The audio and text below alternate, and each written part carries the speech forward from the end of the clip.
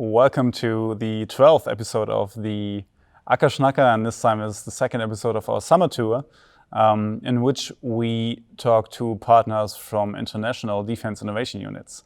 And after having spoken to the Air Force, United States Air Force Innovation Unit 2 weeks ago, today we want to talk to the Special Operation Forces Innovation Unit, SOFWERX.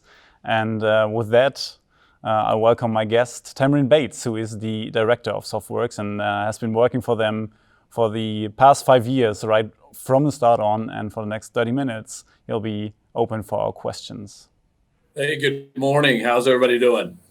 We're fine here. So we have it like 4 p.m. in the afternoon on Thursday. So regularly in the Navy, I don't know if that's international or just the German Navy, there's actually time for everyone to sit down and gather and eat cake. But since it's breakfast time at you guys, I think we'll just skip that here. But nevertheless, we have 30 minutes to talk about SOFWERX, which is the innovation unit for the Special Operation Forces of the United States. And therefore, of course, a very, very highly interesting and mysterious innovation unit, I would say. And I hope, even though you're kind of disguised there in the shade, you can bring a little more light into what actually SOFWERX is doing, what the mission is, and how exactly you work, and what projects you're currently on. So, first of all, because from what I reverse engineered, you have been existing for about 5 years now. Is that correct? Actually, September will be our birthday, our 5 years. So, what led to the foundation of SOFWERX? At what point did why was it the Special Operation Forces first to say, okay, we need an innovation unit? And what pain points actually led to people saying, okay, let's build something like a garage in an old tattoo shop somewhere in the middle of Tampa and do things different? Well, it's kind of a twofold story, right? So there's one part that's about the technology and innovation itself.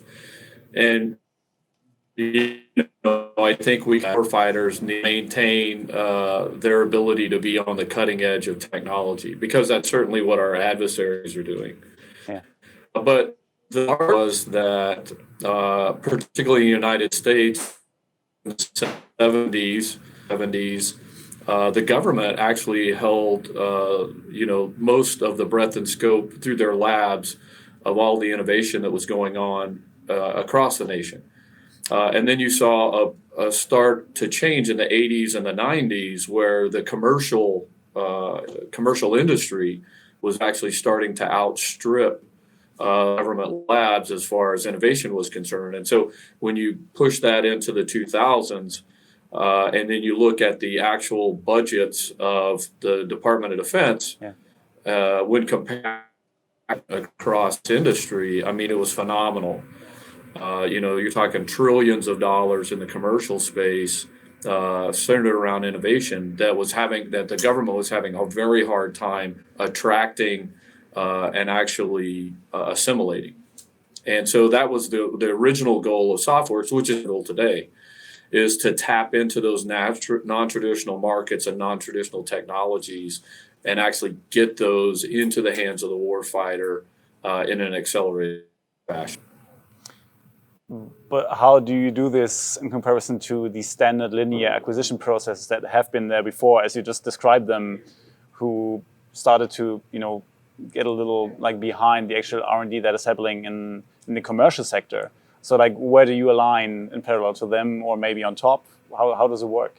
So we're actually kind of tangential, or to some degree parallel, in the sense of we're not trying to force the tech. We're just observing the technology that is already occurring, and then kind of grabbing best of breed and bringing that in to the SOCOM enterprise, making them aware, harnessing it, if you will. Does that make sense?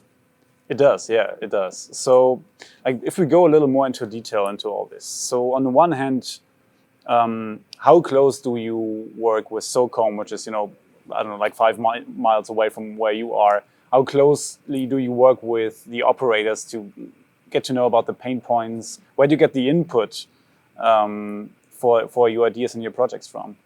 The way that it works day to day, I think, is pretty fundamental. It's kind of our bread and butter and what we do. And part of what you talked about, so we'll receive a nomination from anyone in the enterprise and at USSOCOM, whether it be an individual warfighter, one of the components, be it AVSOC, USSOC, et cetera.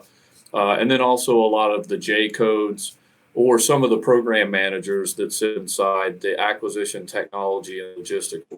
Yeah. We get a nomination, depending on its maturity, et cetera. We kind of sit down with everybody involved, all the stakeholders, and we determine the acquisition strategy, because associated with it, then it's probably not ready or doesn't have a high enough priority. And then subsequently, we also want to make sure, are we curing the symptom or disease? Because we're big at getting after the root of the problem. Yeah. And then what does success look like, both short term and long term? Because a lot of times we work on everything from, somebody's written something on a cocktail napkin all the way up to, a 78-page document that says this is our requirement. Yeah. So depending on that, we'll determine what types of activities or mechanisms need to be applied. And then what we subsequently do after that is we put it out to our ecosystem. We have about 40,000 partners in our ecosystem. And then we also do, along with that ecosystem announcement, we'll actually do a lot of targeted marketing, market research ourselves. And then we kind of drive a submission process, so everybody will against that problem. And then the government, once we get all the submissions, the government will actually down select, and we'll bring in those potential offers and we facilitate discussions. And from there, it could move on to a contract, or something is still kind of immature, but it's a great idea. Then actually Softworks will form a business agreement with that company and then mature it. But like what you've mentioned somewhere along the line is your ecosystem, saying you have around 40,000 peers in that ecosystem. What does that ecosystem consist of? Like, what does it look like? What different entities do we have there? Is it academia, industry, a mix? And above all, how did you manage to build it up and establish all this? I don't have the exact percentages in front of me, but I would say that roughly 50% of our ecosystem is actually commercial or industry-based. People that care about SOCOM challenges and see business opportunities in it. Then we've got a certain percentage, about 25%, that are government, right? Other government organizations such as Department of Homeland Security.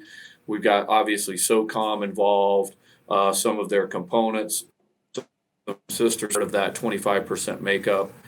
And then the other 25% is, from labs and academics as well, just roughly. And then, for us, it was, I think how we did it was really one single thing. We've got some very talented folks that are communicating stuff. They're very active job, and that's important for any business in today's day and age. But I think also what we did that secured it, right? It's one thing to surge in numbers, but you've got to retain system size as well. And part of what we do to retain clients or customers in that ecosystem is to make sure that we're very transparent and that we don't use the ecosystem or abuse it or use it incorrectly. Yeah. So we make sure that every time we send something out on our ecosystem, it is for no other purpose than a business opportunity for everybody that's involved in the ecosystem.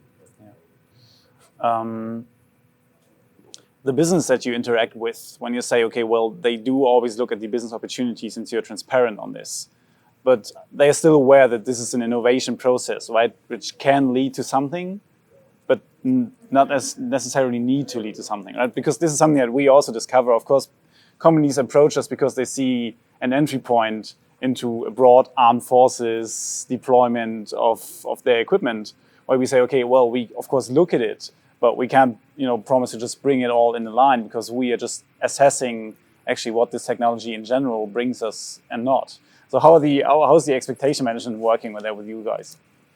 No, that is a struggle. I think it's a struggle for everyone. It's not just limited to the Department of Defense. If you look at particularly like transformational or disruptive levels of technology, it's tough for anybody to subsume, right, and take on. Yeah. So we actually have kind of two parallel efforts that have really helped us out that delineate those two problem sets. So one is, when I talked about the ecosystem before, what's very helpful there is we don't announce anything on the ecosystem unless there's a business opportunity, right? There's a legitimate need that SOCOM has voiced, they've prioritized it, and they said, hey, there's funding associated with this.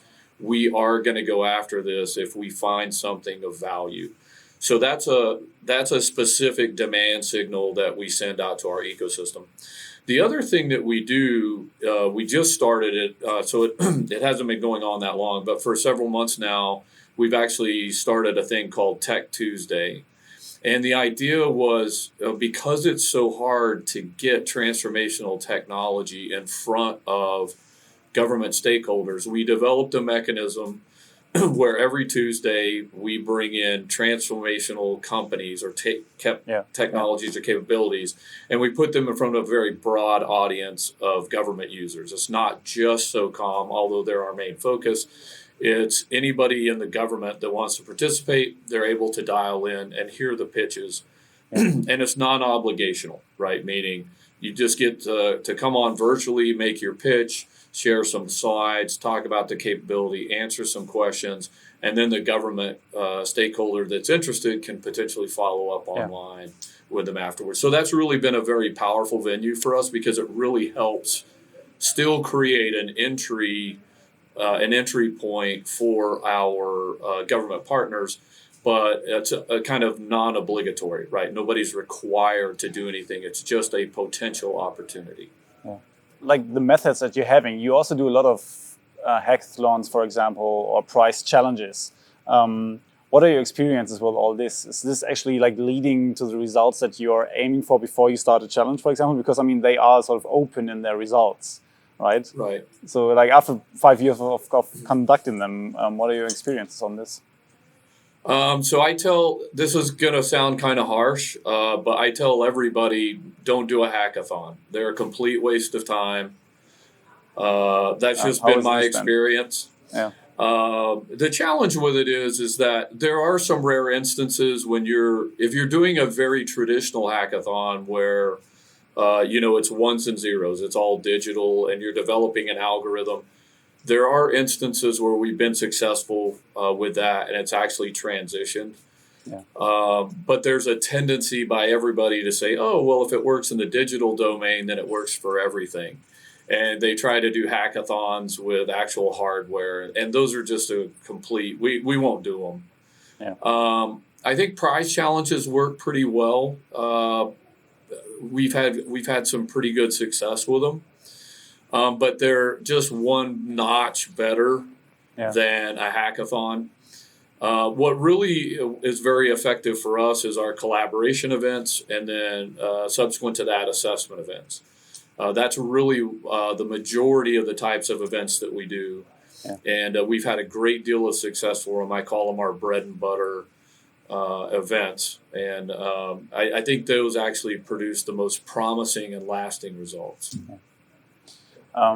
Just taking a step back, what is working with the special operation community different from, let's say, SOFWERX, who we talked to like 2 weeks ago, who work with the whole Air Force? Like, are there differences in the mindset? Is there a reason why SOF started first having this innovation unit, and why maybe is it a little easier or maybe even a little more trickier than to do innovation for that very, very particular kind of troops? And from what I've sliced on the internet, you've been in service for them for like roughly 2 decades as well, right? Right. Yeah. So, no, it's a good question, and I think there's a lot to unpack there. But I think it really comes down to two different mindsets. And it's the way that we're task organized as well. So if you look at AFWERX, and I have a lot of friends up at AFWERX, great organization, but it's actually driven by the service, right? Like corporate Air Force owns AFWERX. Yeah. What's a little more distinctive about SOFWERX is we're actually a 501c3. So we're not government. So that distinction is important because it allows us a freedom of maneuver that maybe they won't have in some instances. So that's kind of that side of it. When it comes to the actual customer sets, what's interesting about working for USSOCOM is their willingness to take risk. It's paramount. It's a hallmark of who SOCOM is. Yeah. So they're willing to take some risks where others might be a little more reserved, and so that's why they're a great client to work with. The other thing that SOCOM has an advantage on in the innovation space is they will routinely field and utilize what we call the 80% solution. Yeah. Right. So it doesn't have to be perfect. It just has to be good enough. And so a lot of times that's a really big advantage in the innovation space is their willingness to take something that's a low rate item of production or just a minimum viable product and actually go test it and get it out in the field a lot faster. So those are some distinctive differences and then also advantages that SOCOM has. I think the last thing I would say about SOCOM is SOCOM they're a great partner and they don't have, there's kind of a misnomer that they have some special authorities and they don't. SOCOM does not have any special acquisition authorities. That they just choose to exercise what authorities there are already in place. They have a tendency to look at them and say, well, if it doesn't say that I can't do something, then I can. Yeah. And so that helps expedite that process as well. It's just kind of our client's mindset about how to get after stuff. And so subsequently, culturally, because of my background, I kind of bring that into the SOFWERX platform as well. And so our team has the same mindset from an operational perspective, right? A day-to-day, if there's no legislation that says a partnership intermediary can't do something, then we're doing it. We don't let anything stop us. We just continue to push the boundaries. And I think that's really important in the innovation space is continue to test the fences. It is certainly because, also, of course, since you are working quite closely with a public authority, we actually are still kind of a public authority. We are, of course, bound to some bureaucracy on one way, right? But also what you said is maybe the key factor here is to look if something is explicitly forbidden, and if not, well, it's not forbidden. And also, before we went live, you said something like, okay, we take legal counsel as it is legal counsel, right? And at the end, it's still about leadership. Yeah, no, I think that's a fair point, and I think that's another differentiator potentially with SOCOM is the tight-knit leadership and their tendency to look at legal counsel as simply what it is. It's counsel. Yeah. It's often very sage. You should always listen to it. But ultimately, at the end of the day, it comes down to a leadership decision as to whether you should do something or not, because they're the ones that have the authority and the responsibility. And so oftentimes when in legislation or when you're talking about authorities, there's often times where it's a gray area where it doesn't say specifically yes or no. And so subsequently it's subject to interpretation. And so that's where, an operational commander or a Mr. Smith at the acquisition executive level or the commander of USSOCOM would look at something and say, well, we need to be able to do this, and it doesn't, specifically prohibit us from doing it. Yeah. So we've heard everyone's counsel, and this is the decision that we're making based on that, and then just go with it.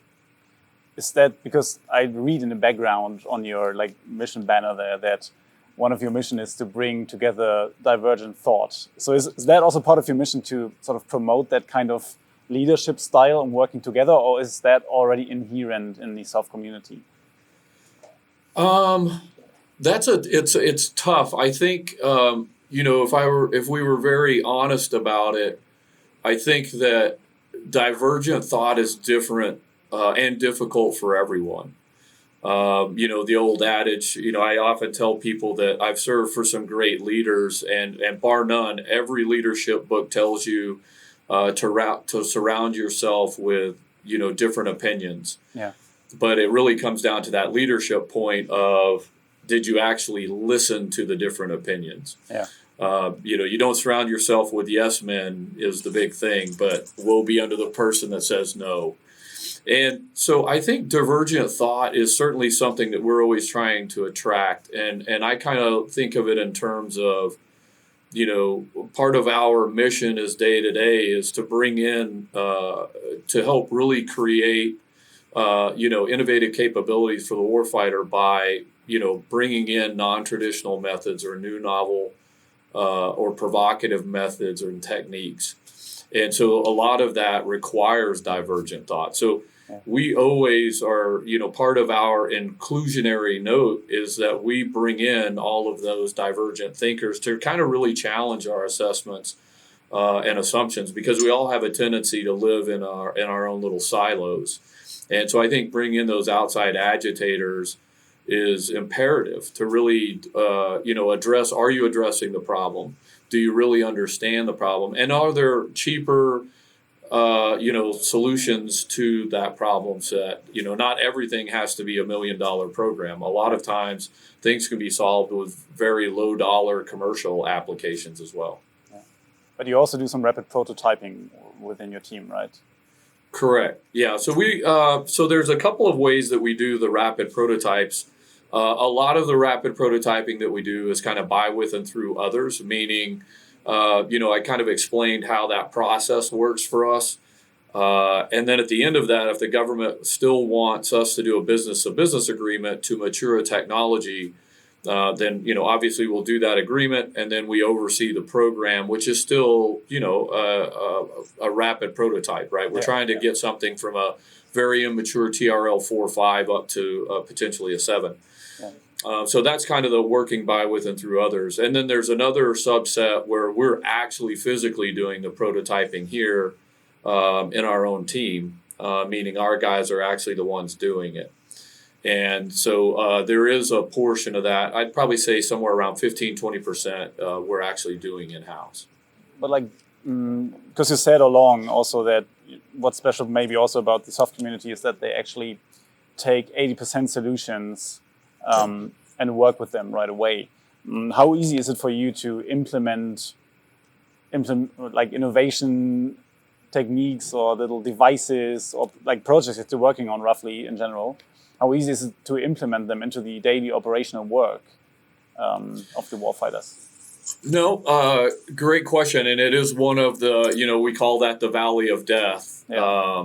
From a company's perspective, their valley of death is they've got an MVP and they can't get it to market. Yeah. For us in the innovation space on behalf of the government, the valley of death is, hey, we've built it and now you need to be able to ingest it. So when I talked earlier about how it works, it wasn't always that way. When we first started, there was a lot of rage against the machine. Yeah. It was very difficult for SOCOM to subsume acquisitionally, a lot of the capabilities that we were developing. And so through a lot of business processes and, fly, fix, fly models, we actually have a very good, robust model that now, SOCOM only brings us the things that are imperative to them, again, to kind of have that prioritization. Yeah. And the acquisition professionals are part of that whole process. And so because of that, when something comes out on the back end, they subsume it immediately, either under another transactional authority or, FAR-based contracting and get it into the warfighter's hands much faster. Yeah. So there's a lot of bumps and bruises a lot of scar tissue, if you will.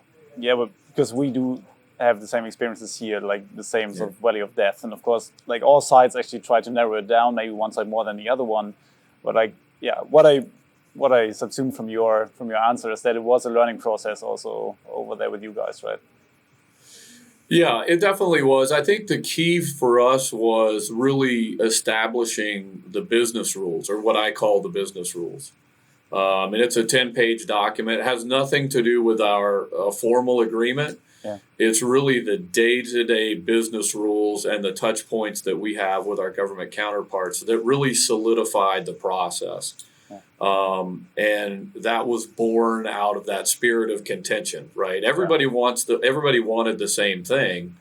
We all want to accelerate kit and capability in the hands of the warfighter.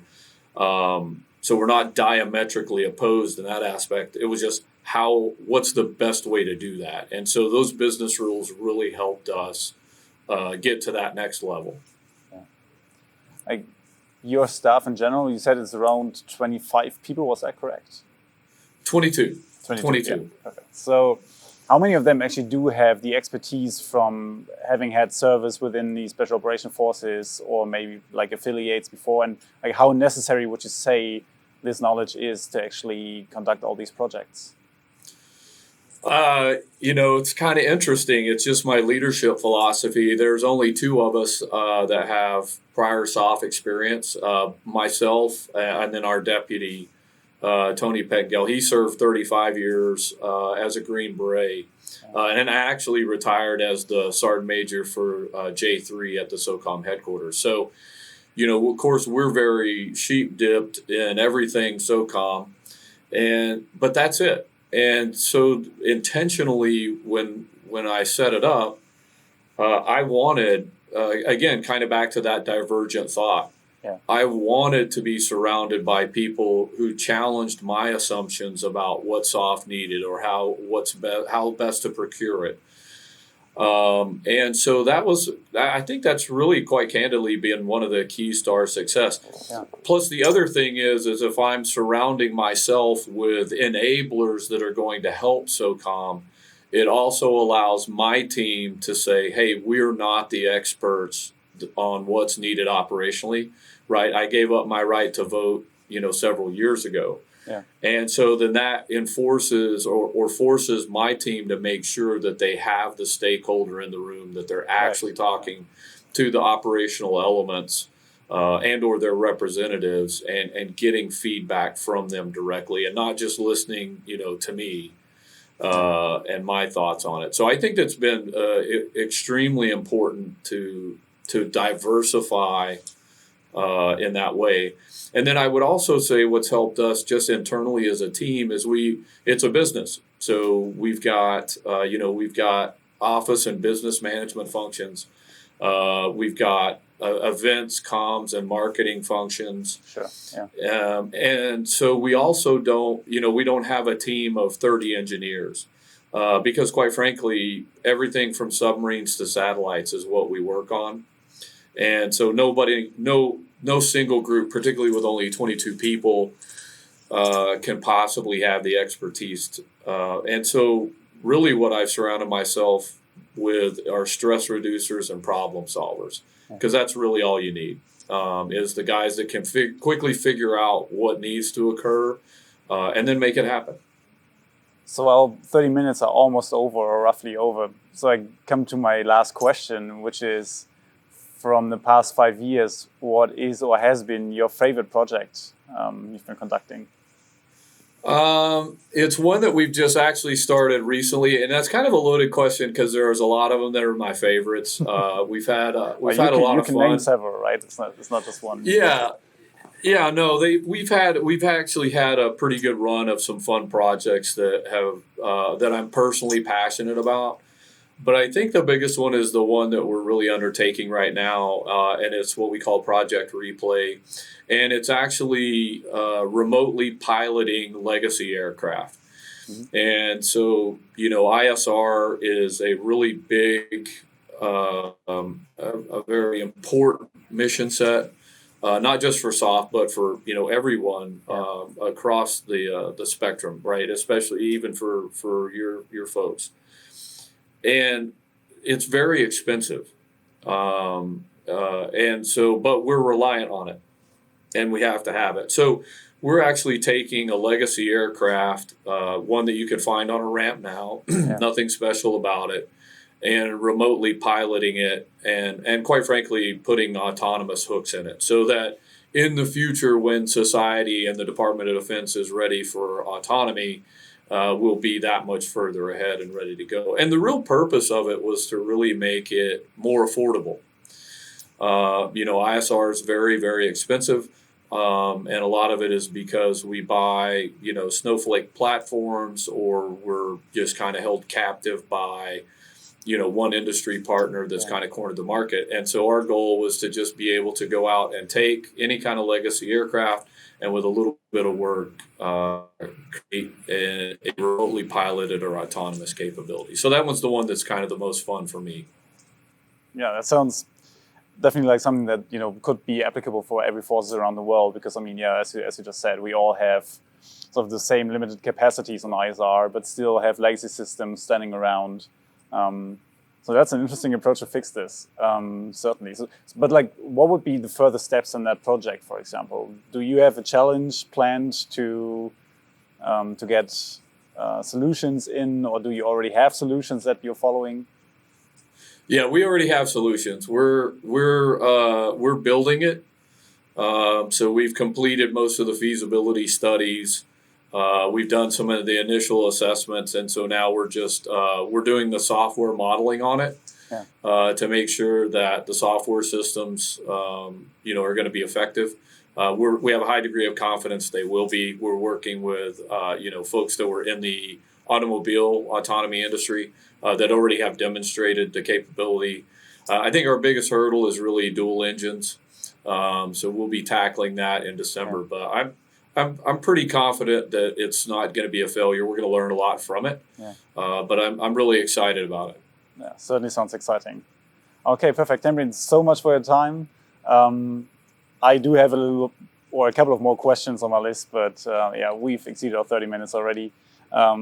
But it's people are always very curious over here about your work, because as I said, you've been one of the first innovation units in the defense context, and certainly one that sort of made the first move in many domains, and therefore have a lot of expertise on things where we still try to find our way as well.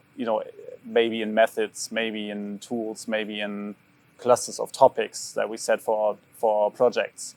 So it's definitely a lot of things for us to learn and copycat here and there also, to not run into the same mistakes, if you allow so. But thanks already for sharing all these insights with me today and with our listeners.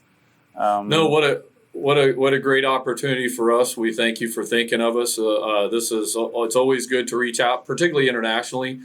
We do some international stuff, so the folks on your side of the pond can certainly join our ecosystem and participate in the challenges. We look forward to having them join up. Okay, perfect. So all the best to you there, and have a very nice remaining Thursday. And to our viewers and listeners, thanks so much for joining today for this half hour of our Summer 2. Bye. All right. Thank you.